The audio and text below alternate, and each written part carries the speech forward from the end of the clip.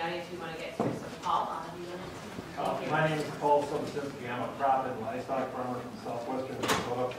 I've worked on ag issues at the Minnesota legislature since the 1985 farm trade.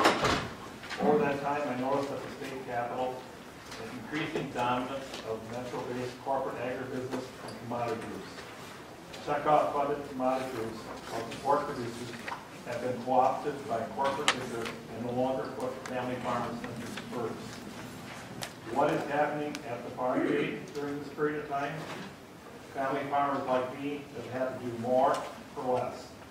We have a state legislature that even with the DFL majority does nothing to stop this. Now, one bright spot for family farmers and the land has been increasing demand for food that is sustainably and organically grown on family farms. So what happened last session when the overall ag budget was cut about 8%? The democratically controlled legislature, led by the DFL ag shares, along with the governor, cut key organic and sustainable ag programs to over 70%. Question: what will you do as governor to put the interests of family farmers before corporate agribusiness?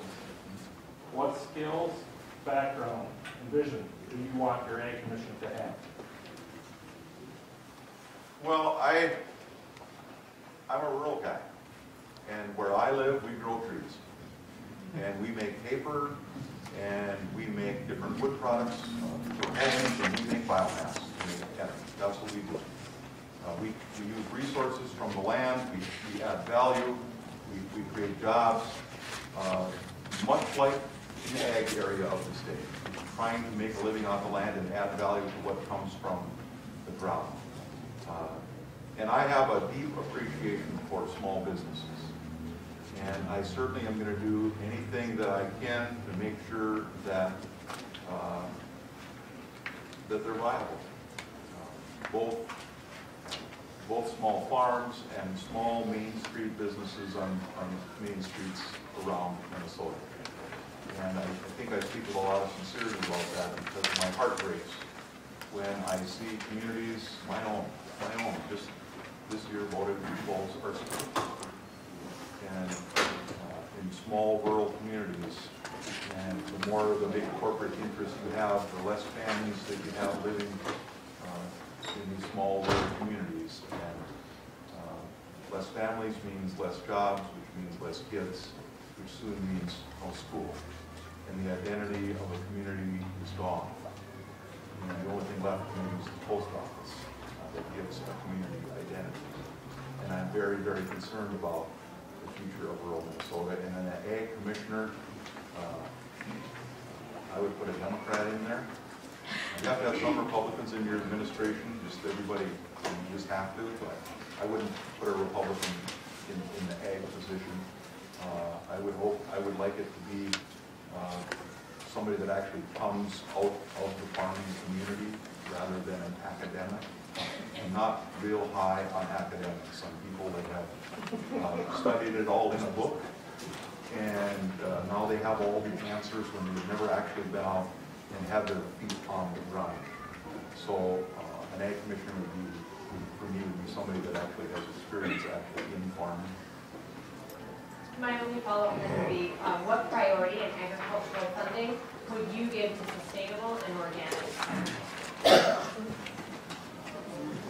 Well, the truth is I don't know a lot about the ag budget. I don't serve on ag, so I can't tell you how the money breaks out, except that to say this about funding in the kind of in the ag area is I think there is really significant opportunity in rural Minnesota as it relates to renewable energy.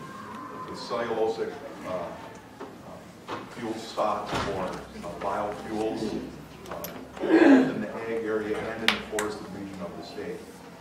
And I called Representative Dill one time when we were going home. He was behind me on the road, and I said, wouldn't it be something if someday that the highest and best use of our trees is not for 2x4s, but for energy?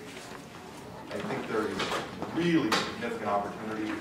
I'm a governor who would be willing to spend money in rural Minnesota developing that renewable energy business, much like we did with ethanol. And ethanol sometimes is a little controversial, but I think in most communities that have a plant, they're pretty happy with the economic development that is provided. And I think there's other opportunities in rural Minnesota around renewable energy with ag and forest preservation. Thank you.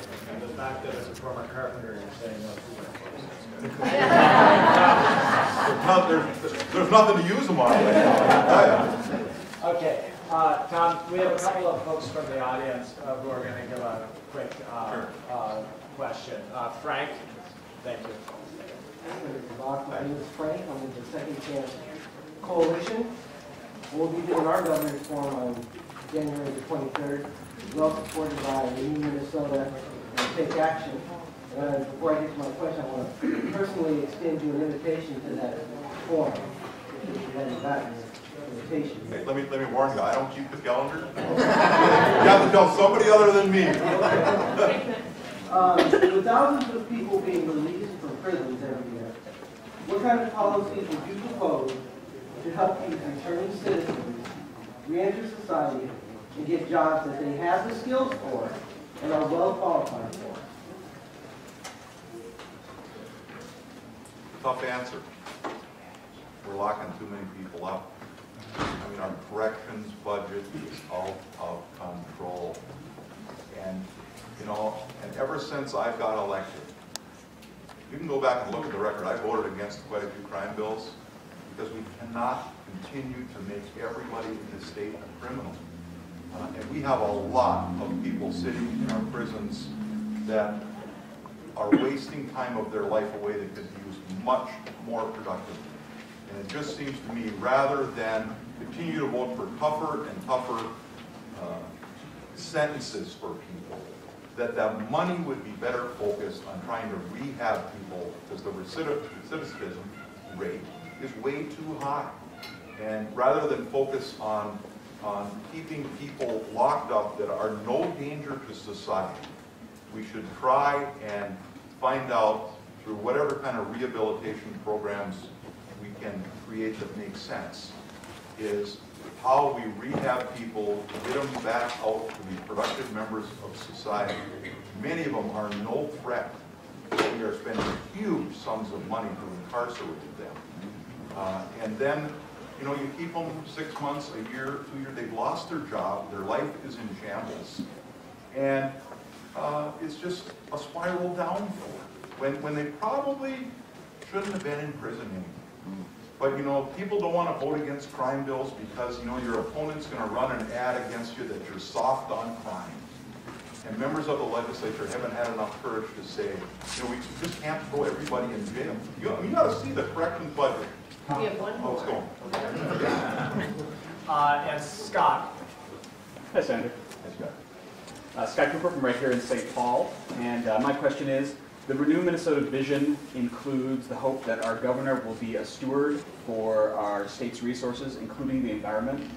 And we're wondering what kind of environmental stewardship we could expect from a Bakk administration. I think many people have told me, Tom, you need to figure out how you're going to reach out to the environmental community if you're going to get the endorsement. Okay? And some of you are in that group. I made a decision that Tom Bakk is who he is. And nobody is going to believe that he doesn't think we should cut trees down anymore. Okay? I'm just an honest guy.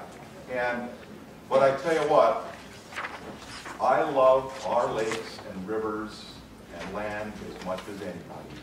And I'm willing to pay a price for it. I mean, people that live in rural areas, I mean, you know, the Boundary Waters is right out the door from where I live. The reason that many of us live in rural areas is so that we can get our feet on the ground and enjoy the beauty of nature every single day. It's not something that we plan a week's vacation for. It's something that we feel so passionate about that we want to live in it. And nobody loves Lake Vermilion and our lakes more than me. I live there. And on September 30th, I got a little grandson.